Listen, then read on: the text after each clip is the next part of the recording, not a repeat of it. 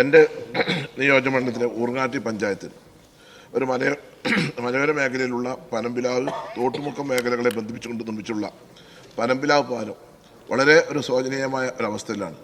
കൈവരികളില്ലാത്ത വളരെ അപകടകരമായ ഒരു സ്ഥിതിവിശേഷമാണ്. ചെറിയ വണ്ടികൾ, വലിയ വണ്ടി ഒരു ലോറി ആണ് കഷ്ടി പോകാമെന്നുള്ളൂ.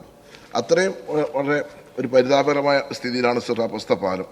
അത് സർ, ആ പാലം നിർമ്മിക്കുന്നതിന് PWD ബ്രിഡ്ജ് ഡിവിഷൻ 5,80,00,000 രൂപയുടെ ഒരു എസ്റ്റിമേറ്റ് സർക്കാരിന് സമർപ്പിച്ചിട്ടുണ്ട്. കഴിഞ്ഞ 5 കൊല്ലമായി സർ ഞാൻ ഈ ബഡ്ജറ്റിൽ ഈ പ്രപ്പോസൽ കൊടുക്കുന്നുണ്ട്. അതുകൊണ്ട് വേണ്ടത്ര ഫണ്ട് ലഭ്യമാകാത്തതുകൊണ്ട് ഇന്നേ വരെ അതിൻ്റെ തുടർ നടപടികൾ ഉണ്ടായിട്ടില്ല.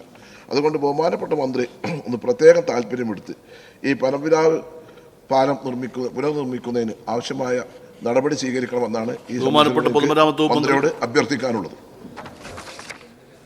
സർ, ബഹുമാന്യനായ ശ്രീ PK ബഷീർ ഇവിടെ ഉന്നയിച്ച വിഷയം അദ്ദേഹം പ്രതിദാനം ചെയ്യുന്ന നിയോജക മണ്ഡലത്തിലെ പനമ്പിലാവ് പാലം പുനർനിർമ്മാണവുമായി ബന്ധപ്പെട്ട വിഷയമാണ്.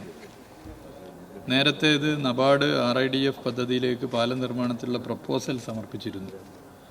എന്നാൽ അന്ന് പദ്ധതിക്ക് അനുമതി ലഭിച്ചിരുന്നില്ല. ബജറ്റ് വിഹിതമില്ലാത്തതിനാൽ പുനർനിർമ്മാണ പ്രവർത്തികൾ ഏറ്റെടുക്കാൻ സാധിക്കാത്ത സ്ഥിതി വന്നു.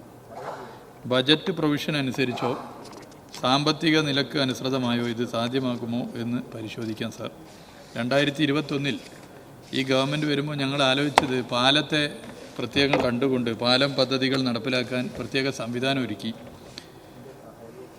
ഭരണാനുമതി കിട്ടേണ്ട പാലങ്ങൾ, ഭരണാനുമതി കിട്ടി സാങ്കേതിക അനുമതി കിട്ടേണ്ട പാലങ്ങൾ, സാങ്കേതിക അനുമതി കിട്ടി പ്രവർത്തനത്തിലേക്ക് എത്തേണ്ട പാലങ്ങൾ, പ്രവർത്തനം ആരംഭിച്ച് മെല്ലെ പോകുന്ന പാലങ്ങൾ, ഇത് പരിശോധിക്കാൻ കൃത്യമായ സമയബന്ധിതമായ സംവിധാനം ഒരുക്കി 5 വർഷം കൊണ്ട് 100 പാലങ്ങളുടെ പ്രവൃത്തി പൂർത്തീകരിക്കണമെന്നാണ് ഞങ്ങൾ ആദ്യം പ്ലാൻ ചെയ്തതെങ്കിൽ പാലങ്ങളുടെ കാര്യത്തിൽ സെഞ്ചുറി അടിക്കാൻ 3.5 വർഷം കൊണ്ട് തന്നെ സർക്കാരിന് സാധിച്ചു എന്നുള്ള സന്തോഷ വിവരം ഈ സഭയെ അറിയിക്കാൻ ഞാൻ ആഗ്രഹിക്കുക.